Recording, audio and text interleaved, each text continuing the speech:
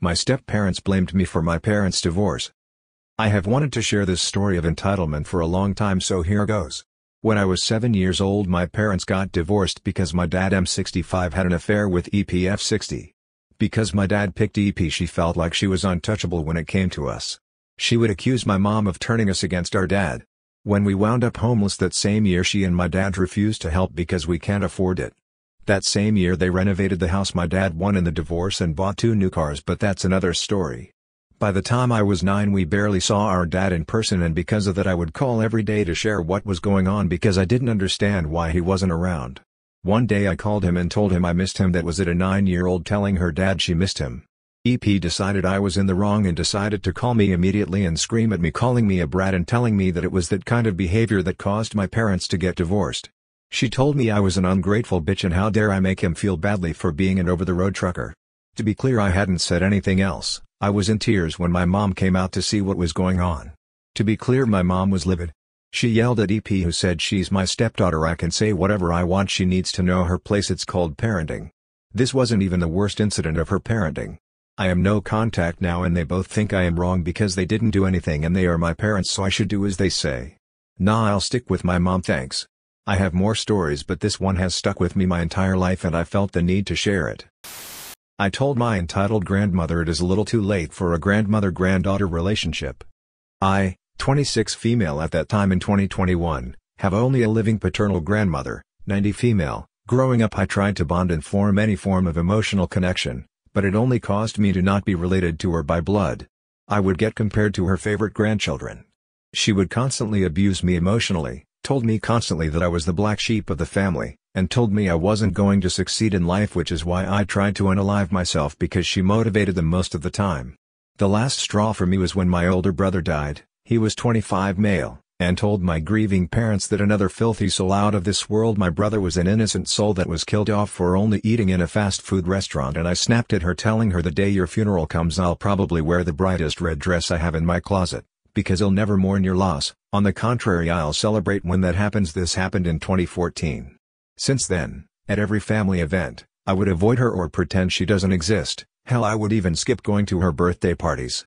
So last November she got sick, and she wanted all her children and grandchildren to take care of her in the hospital since her favorite daughter, my aunt, 52 female, and her favorite grandchildren, 33F, 31M and 25F, can't do it.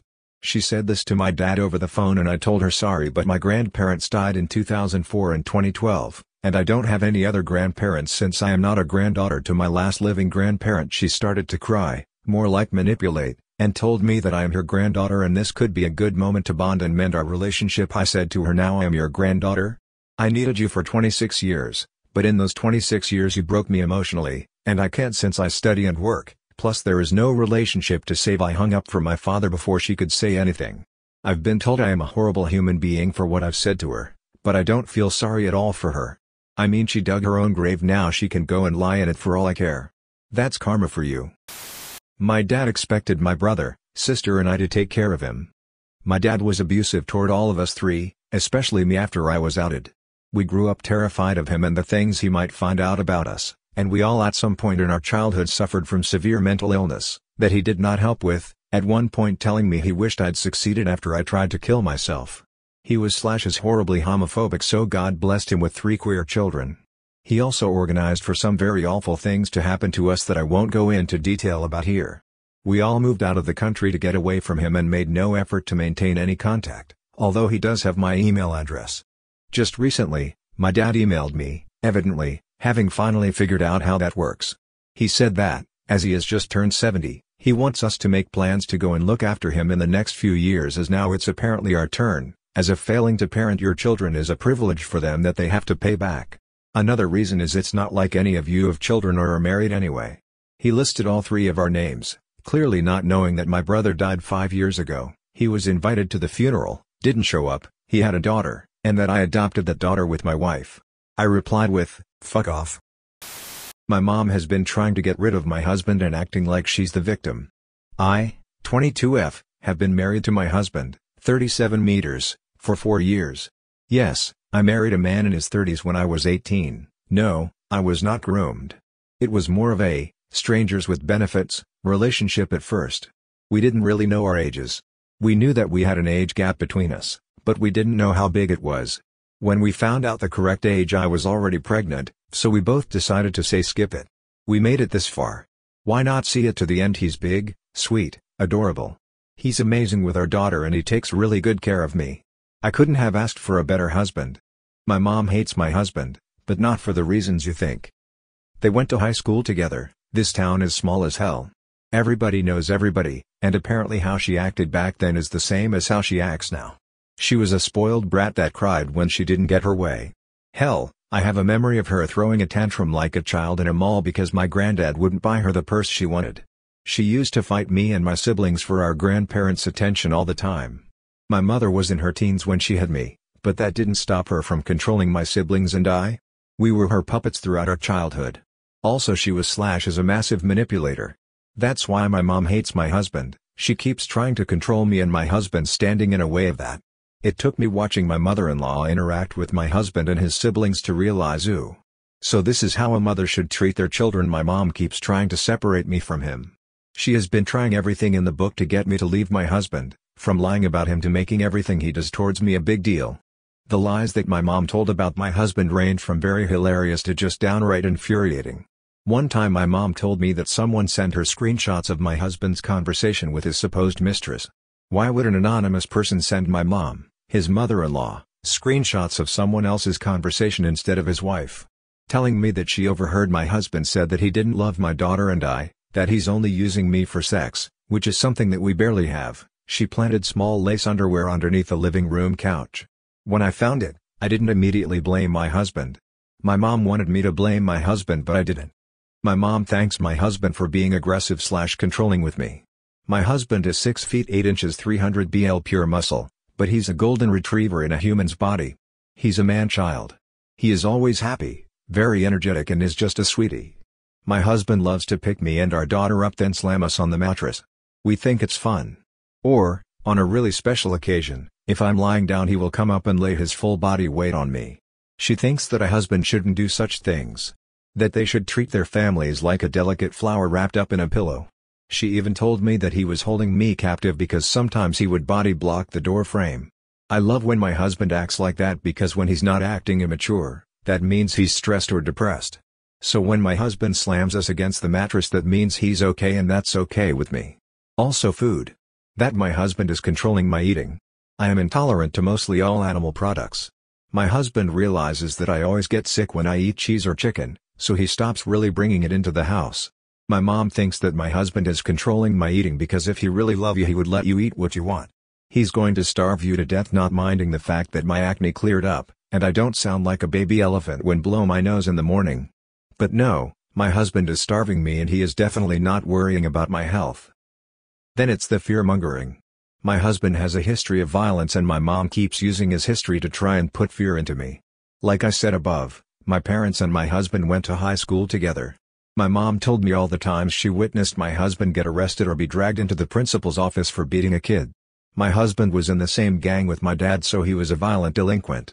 My mom only told me this because she was worried about my safety. I know about my husband's past behavior because he told me and my dad told me all the times that they got into trouble. However, the way my mom described my husband was like her trying to tell me that he was a violent man. Like my husband's going to snap on me any day and kill me and our daughter in our sleep. She told me not to have any more children with him because I would forever be attached to him and I couldn't leave if it got too violent. My husband never laid his hands on me or our daughter. He doesn't yell at us or any of the sort. My husband got help with these issues in his early 20s. He left the streets and has been happy-go-lucky ever since. Now, you're probably wondering why my mom is in my life when she acts like this. My mom being around me is new as I lost my dad almost 7 months ago, right after I found out I was pregnant. He was my daddy and my daughter's best friend. I know how crazy my mom is, but I felt like I needed a parent. So I started letting her back in, but only a little bit at a time. Clearly, now, it was a mistake. My mom has been trying to control my pregnancy ever since she found out and gets so pissy when my husband stops her weird shit. Then her tactics switched to saying that a mom should do this to a mom should do that, and back in my day when I was pregnant with you and your sibling I did such and such. I smoked and drank while I was pregnant with your siblings and they all turned out fine. No, they didn't. Keep telling me that I'm not going to be a real mom if I get a C-section. which, likely, is going to happen. Now, on to last week.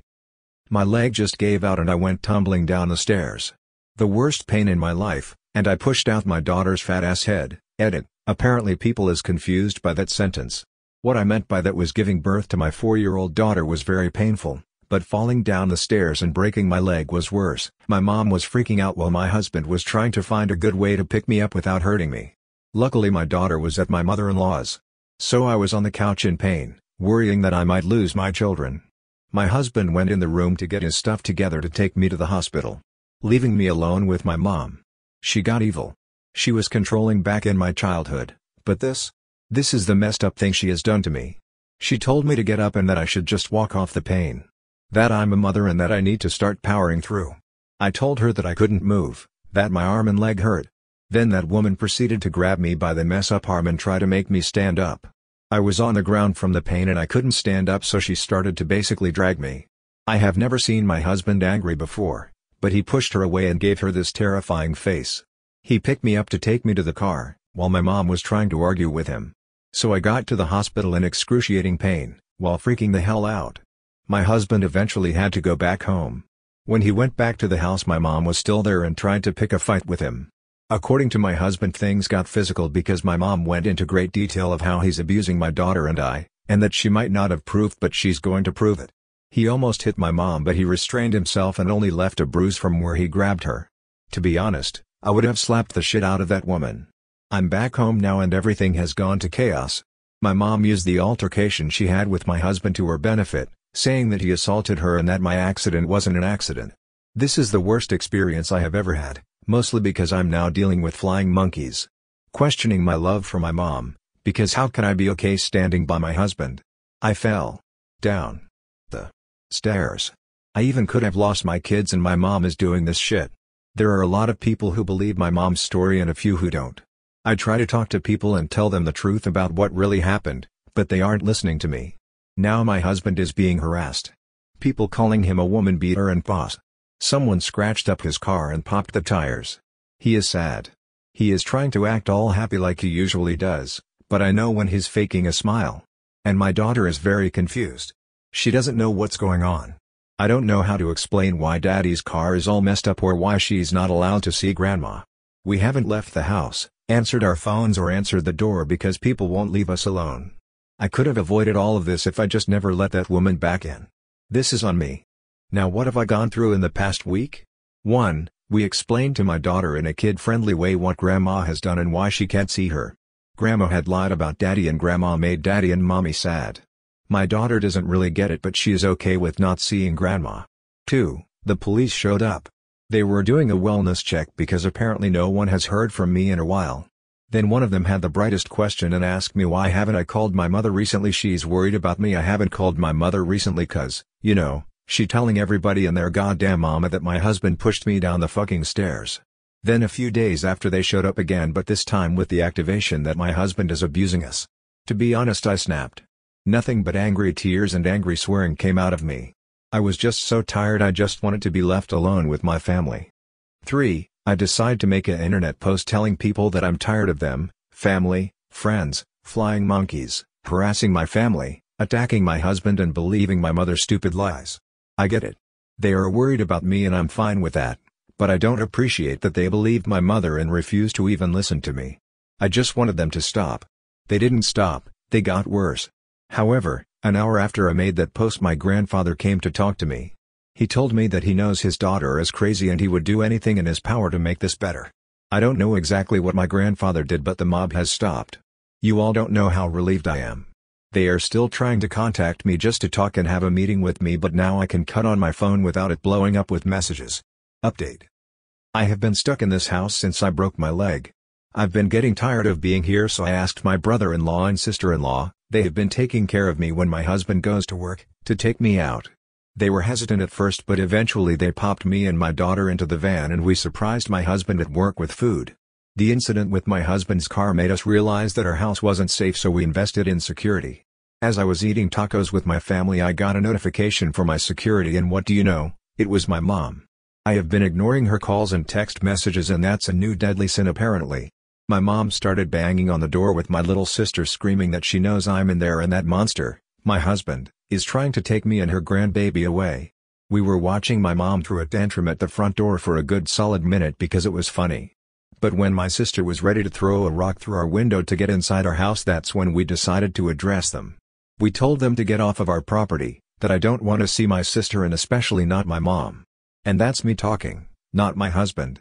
My mom said, "I'm sorry, baby. Please open the door." I told her no, not after everything she did. She lied to everybody and told them that my husband pushed me down the stairs and my husband assaulted her unprompted. My mother screamed he did assault her and he even had the audacity to try to hit her. I said, "That's your fault. Don't blame my husband.